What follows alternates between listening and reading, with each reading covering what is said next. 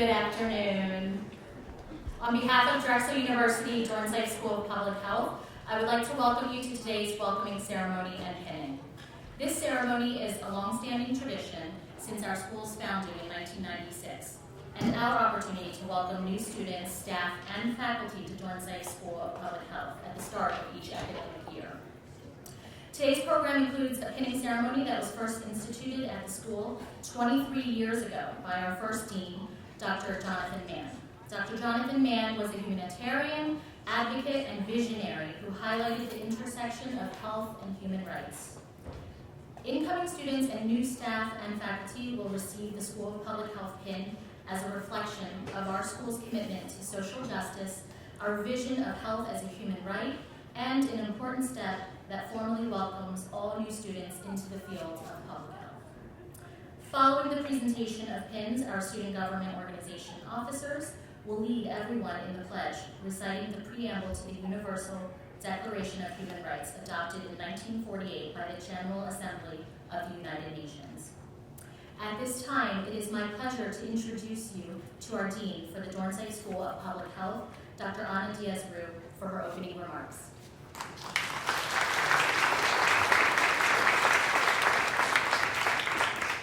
Thank you, Fee, and welcome to everybody, our students, our faculty, our staff, to a new academic year.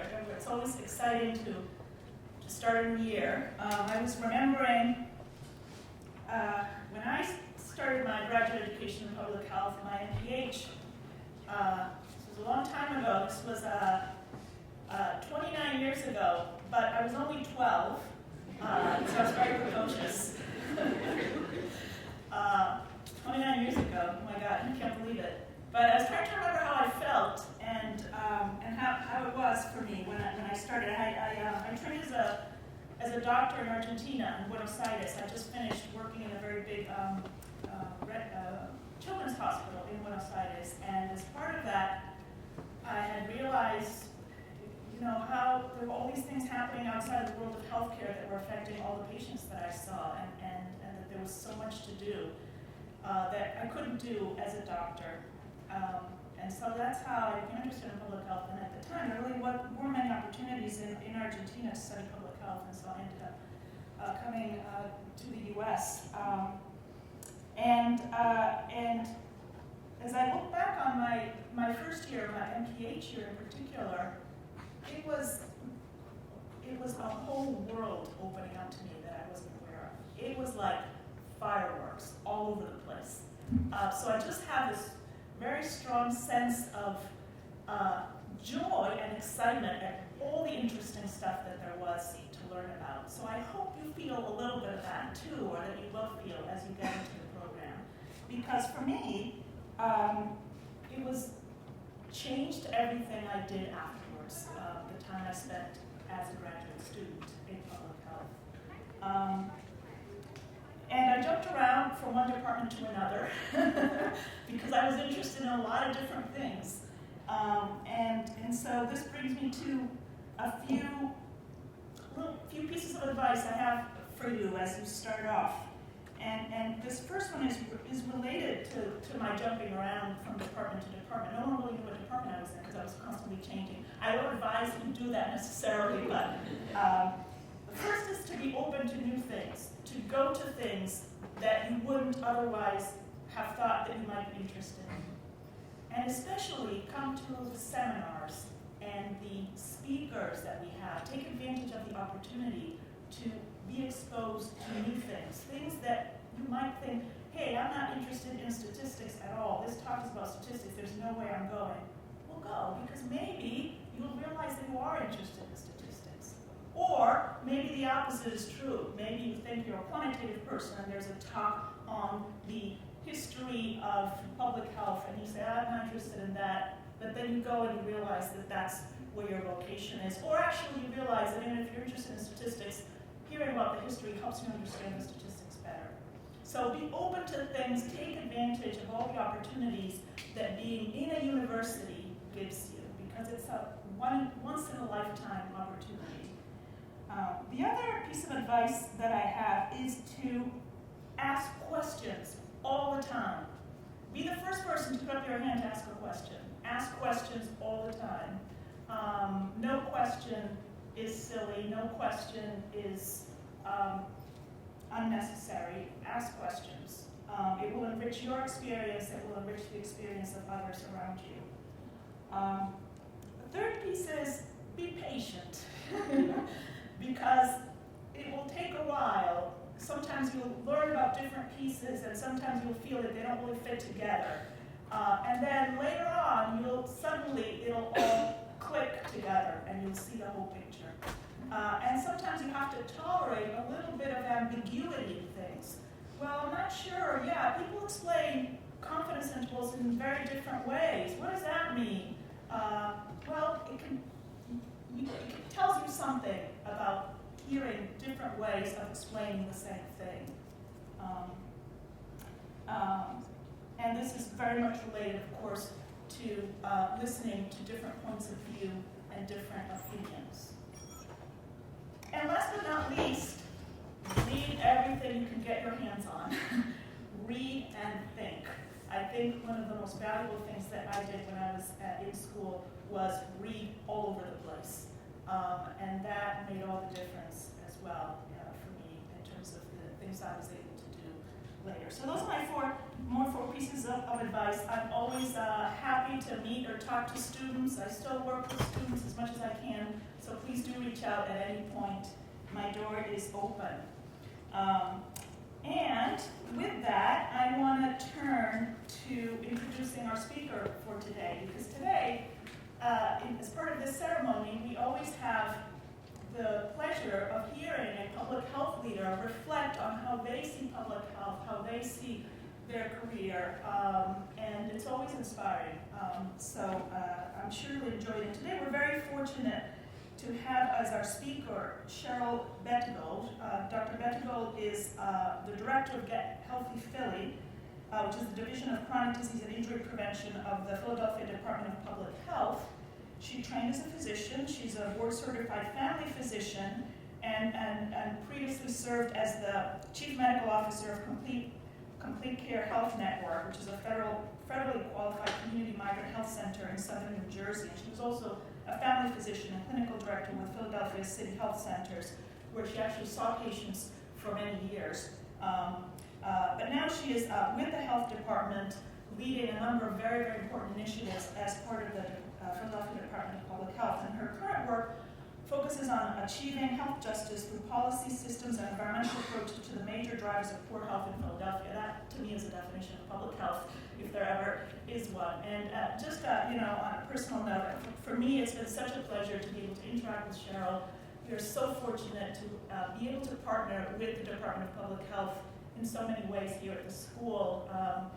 As I mentioned in another event we had recently, I have the honor to be on the Board of Health for the Health Department, and whenever I go to those meetings, it just gives me so much hope that there's so much that we can do to protect the health of the public and promote health equity. So it's my pleasure to invite Cheryl to the podium.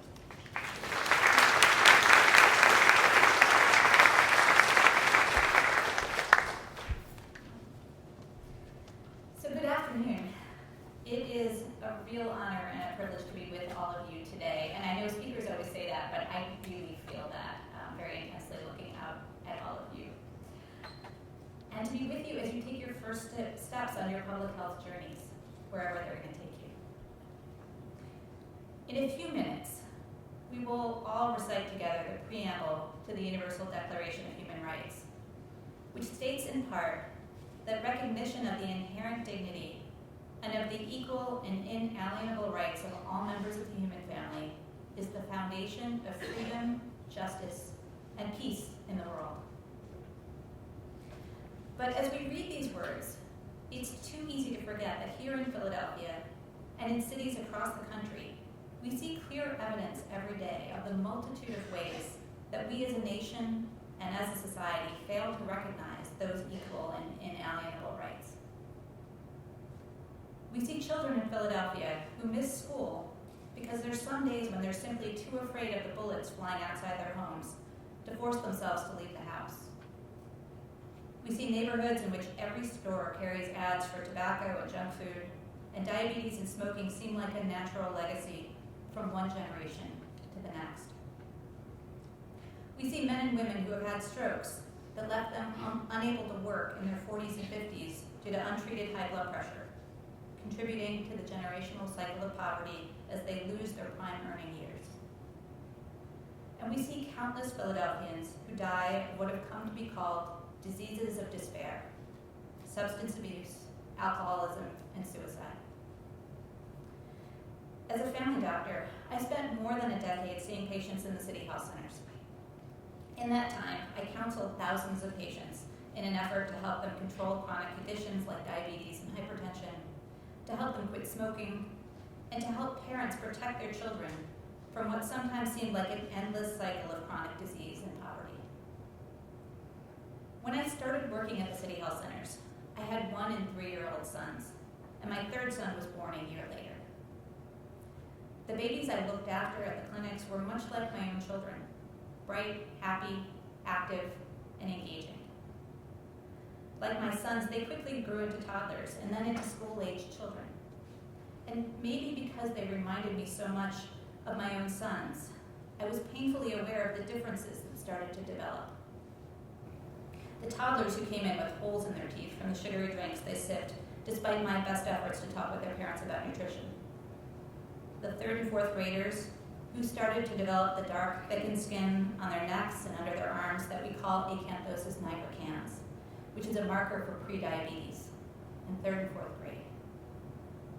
The 9-year-old boy who started having nightmares when his father went to jail and went from a happy, easygoing child to an angry, rebellious one overnight. And the parents and grandparents who struggled to keep their children and grandchildren healthy while often working 2 or 3 jobs to try to make ends meet, until one day a heart attack, a stroke, a parent with cancer, or some other calamity overwhelmed their ability to keep up.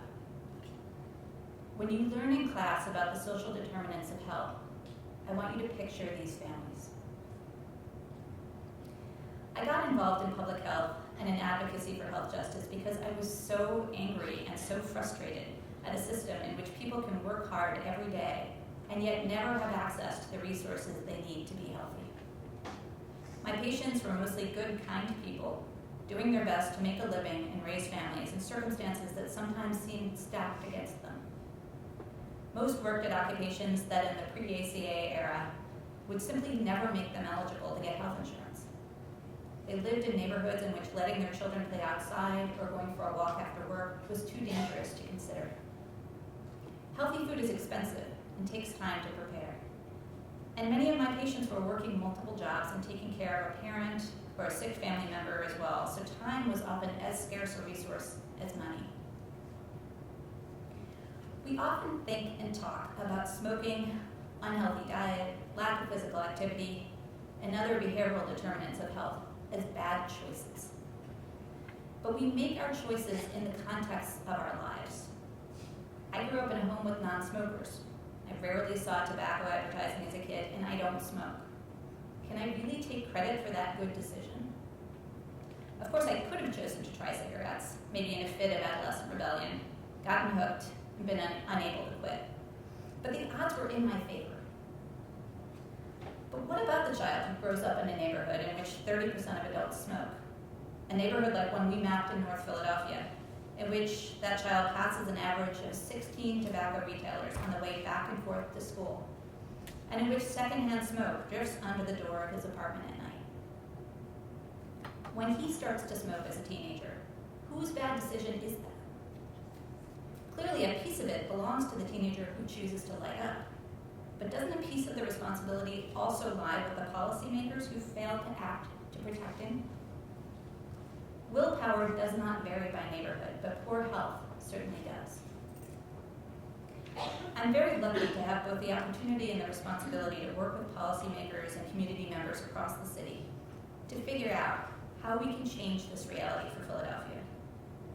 What would it take to create a city in which parents feel safe letting their kids play outside? A city in which tobacco and junk food ads don't swamp our neighborhoods, and everyone has access to the goods and services they need to stay healthy. And how could we get there in a way that includes all neighborhoods and all people? In 2016, driven by the conviction that structural inequities likely drive the higher rates of tobacco use among low-income Philadelphians, we looked at data on the density of tobacco retail by neighborhood poverty level. We found that the lowest income neighborhoods had 3 times the tobacco retailer density of the higher income parts of the city. We took this information, along with other data on tobacco use, to the city's Board of Health, which your dean sits on and has other members on your faculty. And they passed regulations limiting tobacco permit density and establishing tobacco-free school zones to help change these facts on the ground. For the public hearing on this regulation, we received 15 comments. In a city of 1.5 million, 15 comments. About half for and half against the regulation. And the people against it were largely coming from the tobacco industry. One of those comments was from a student. His comment was the difference between a majority supporting the regulations and a majority opposing them in terms of the analysis of comments, and those matter. Your voices matter. Even today, your voices matter, and I know you're just starting. Each of you has a role in this work. Some of you may already know which public health issues you're most passionate about. Others may just be starting the process of figuring that out, but have no fear, you will. Public health is at its core about justice and about the rights of each human being to live the life they choose. We look to identify what ultimately are the causes of poor health and inequity, and to hold the data we find up for public view, and to explain the drivers of inequity to policymakers. I urge you to bring your whole selves into the process of learning public health, your brains, but also your hearts. You'll need your intellect to analyze the science of each issue, to truly weigh the evidence, making sure not to jump to snap decisions and really look at the science.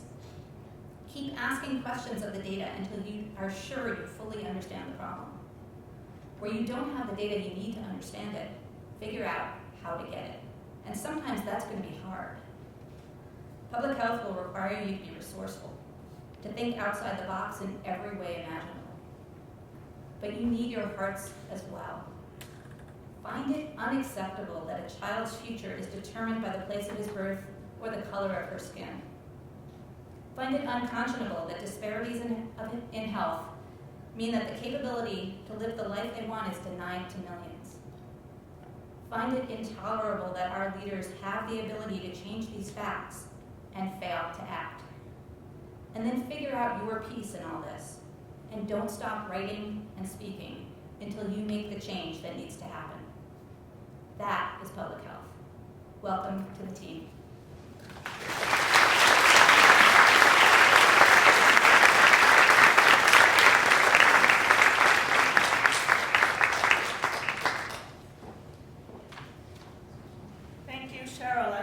I told you it was going to be great, so thank you so much for those great comments.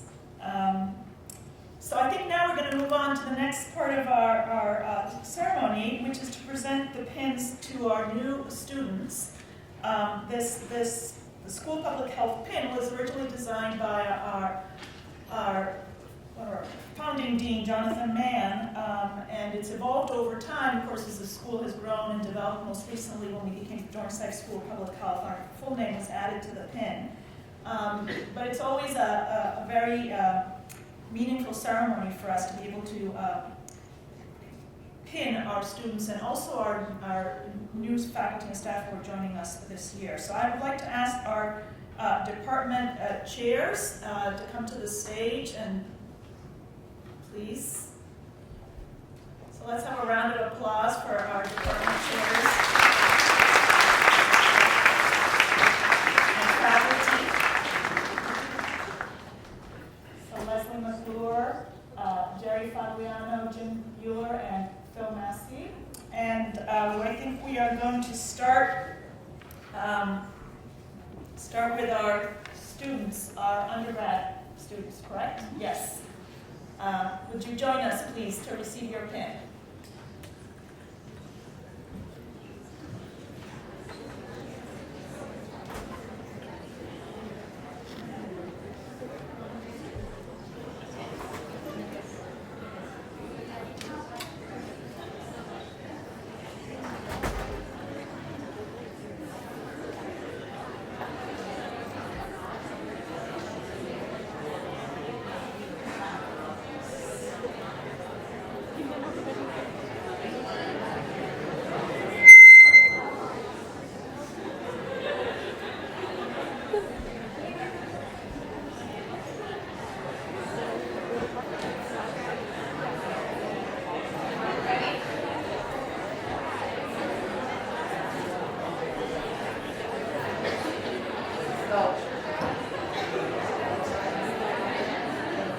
Aaron Nix.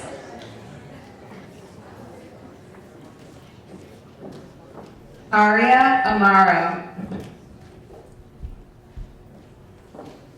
Rita Shetty. Alyssa Sorensen.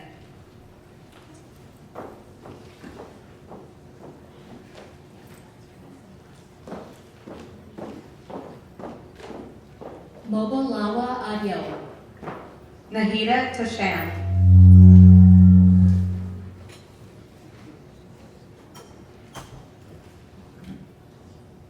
Andrea Aliazar. Emma Sharp.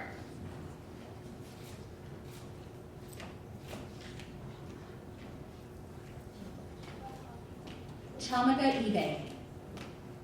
Ashita Patra. Isabel Sawicki. Mittal Patel. Megan Gupta.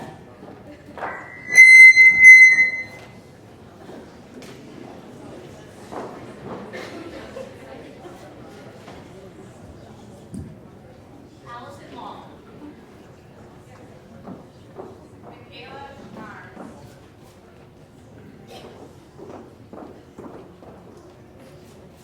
Sarah Nickel. Jordan Wood.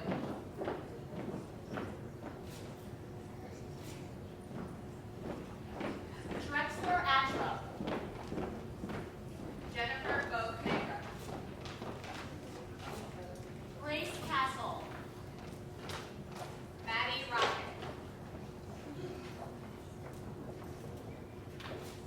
Hannah Cutler.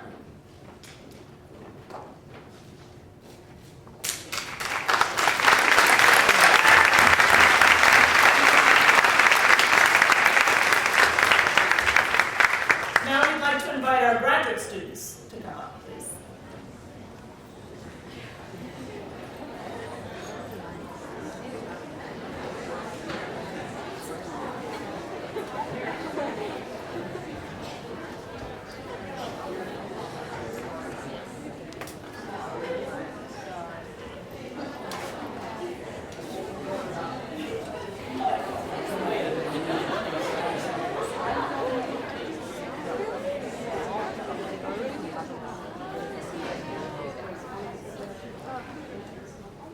Joanna Abraham.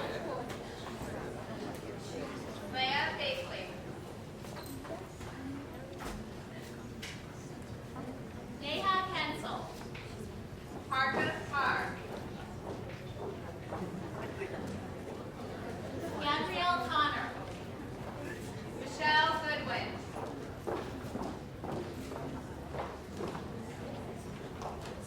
Roshan Damari. Isabel Shooting. Forum Patel. Deepan Gao.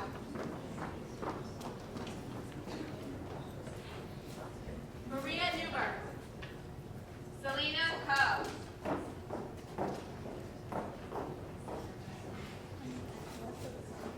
Sierra Quayer. Nakisha Johnson.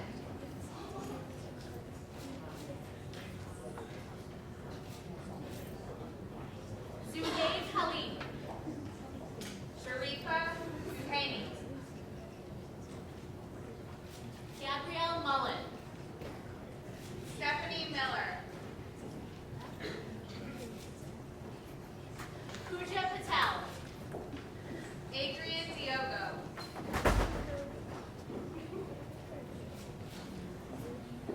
Wesley Goodman Levy. Hiba Youssef.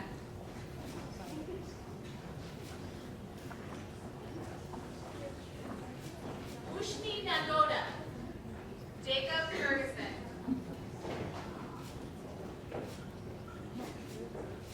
Rachel Vecchio. Ifunanya Uoji. Zachary Fussell. Carol Dunk.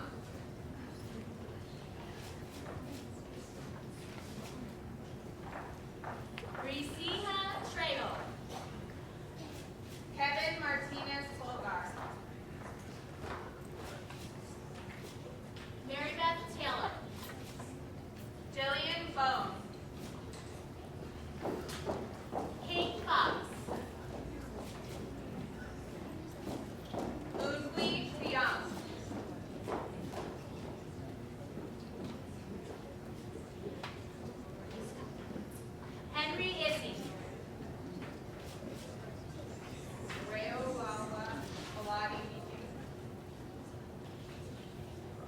Manke. Yuen Ting Yen. Wan Yu Kwong. Carrie Miley.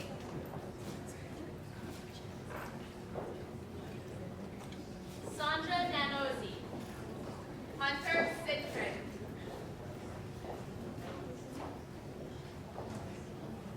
Alicia Amin. Tressa Franz. Emily Joyce. Rachel Brown. Mary Glazer. Shahida Kanungo.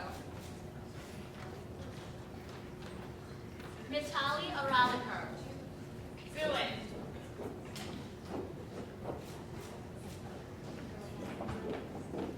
Camry Staples.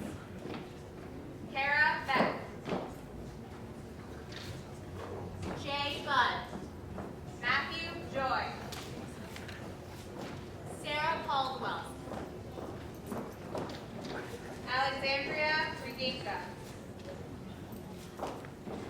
Mariah Manano. Anna Boswick. Francesca Spees. Lanisha Sullivan. Peyton Scott. Michael Howard. Marshall Choi. Sarah Wasser. Sean Chang.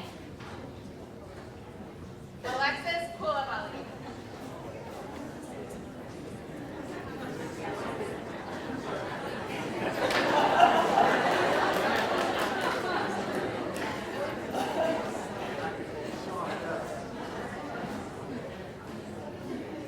Patrice Farquharson. Elikem Togo. Nathaniel Phillip. Alicia Vertifor. Maureen Clapp. Sydney Stern.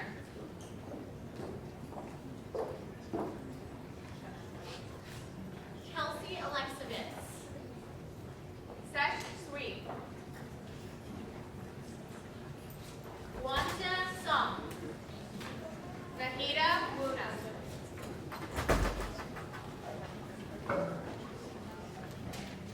Harmony Pierja. Manali Bora.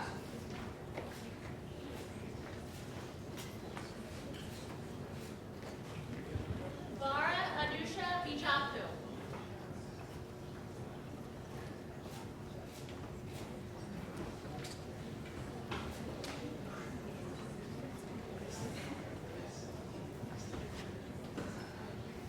Suturu Gash.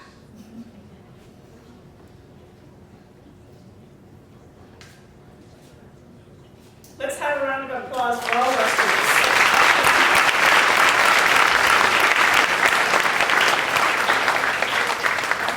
Now, last but not least, we'd like to invite our new faculty and staff to receive their pins.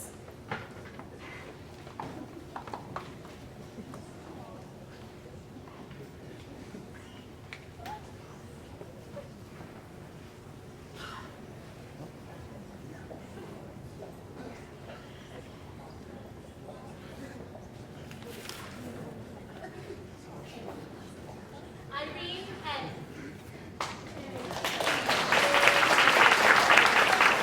Aaron Durkin.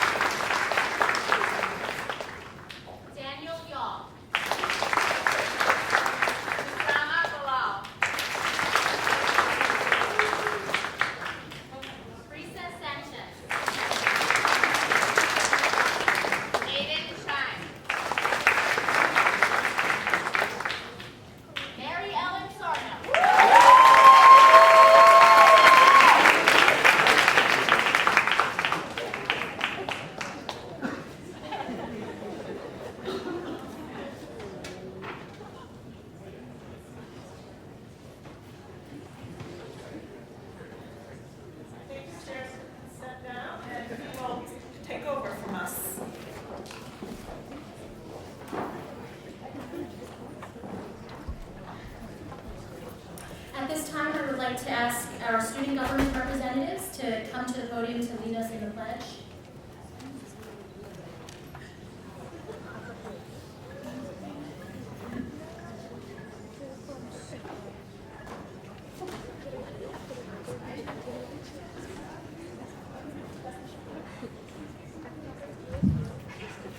Today, we cross a threshold in our lives.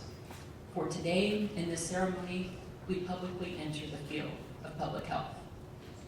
We are embarking on an educational process that will help us find the professional pathway through which we can each contribute to public health and to the health and well-being of each individual within the global community.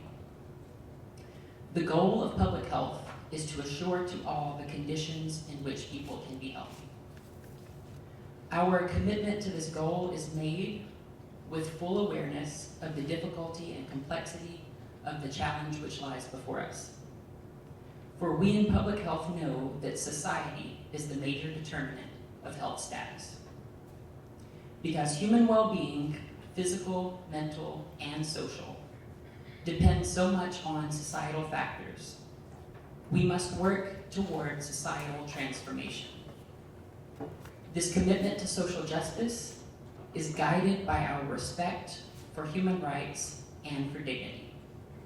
We are strengthened by solidarity with those who suffer, with those who seek in many different ways to prevent and alleviate suffering, and with each other. So if you'll all please stand, and we will quote the preamble to the Universal Declaration of Human Rights.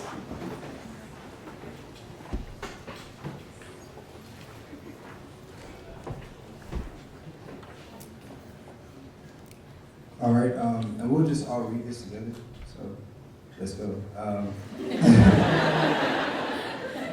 Whereas recognition of the inherent dignity and of the equal and inalienable rights of all members of the human family is the foundation of freedom, justice, and peace in the world.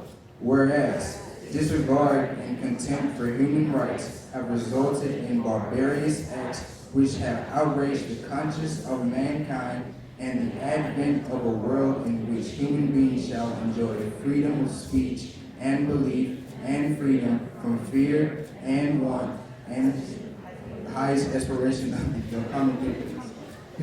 Whereas it is essential, if man is not to be compelled to have recourse as a last resort to rebellion against tyranny and oppression, the human rights should be protected by the rule of law.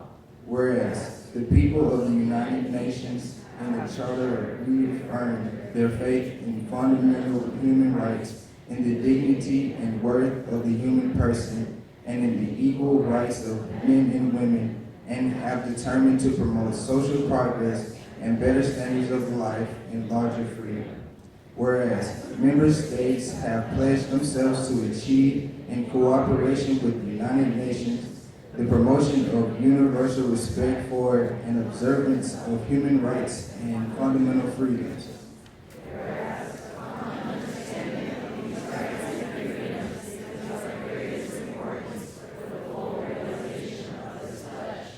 And from the Constitution of the World Health Organization, the enjoyment of health is one of the fundamental rights of every human being, without distinction of race, religion, political belief, economic, or social condition.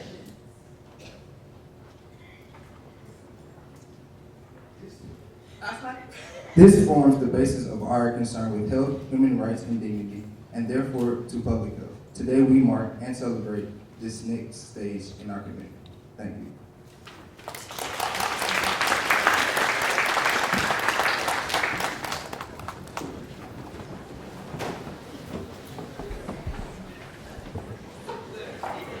Thank you to our student government organization representatives. And to our new students, professional staff, and faculty, congratulations. Welcome to the Dornsife School of Public Health and to an exciting start of the academic year. At the beginning of the week, as new Dornsife Public Health students, we're getting ready for the start of a new chapter, a new season in life, through sponsored orientation events, which will continue throughout this week and the weekend. You competed in a friendly game of rock, paper, scissors, created a class mission statement, and helped us in establishing professional and community standards for which we as a community uphold for ourselves and each other. For our summer reading, we discussed The Flint Water Crisis in the Poison City by Anna Clark. We went on a mural arts tour and learned about the significance of art in public health. As we celebrate the significance of our commitment, we are reminded that this ceremony connects you with the 2,300 alumni who were here before you and here at Dornsife. There are dedicated faculty and professional staff who are committed to your success. If I could offer one piece of advice, it would be to think of your future in public health not in terms of after you get your degree, but how it relates to the present, now. This marks the beginning of your journey, so don't wait. Get involved in doing public health today.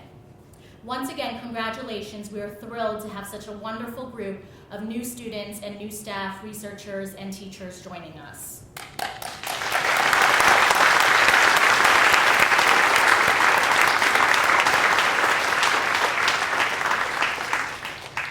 We wish all of you the best of success as we begin a new academic year. At this time, I would like to ask all of our students to remain in the auditorium, while our guests, faculty, and staff, you're invited to join us for our reception in the hall outside. This concludes our ceremony.